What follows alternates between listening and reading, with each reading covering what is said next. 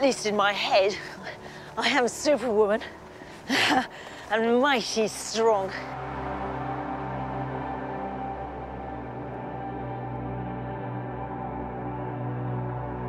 The preconceived image of your polar explorer to this day remains tall, hairy, handsome bloke.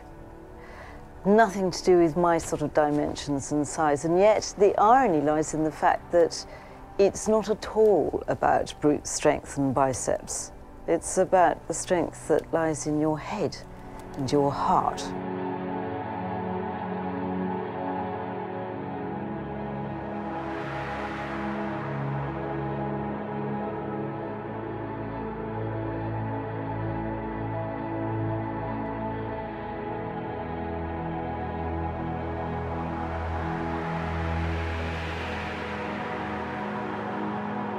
There's added importance to this expedition because it's no longer about these big macho firsts.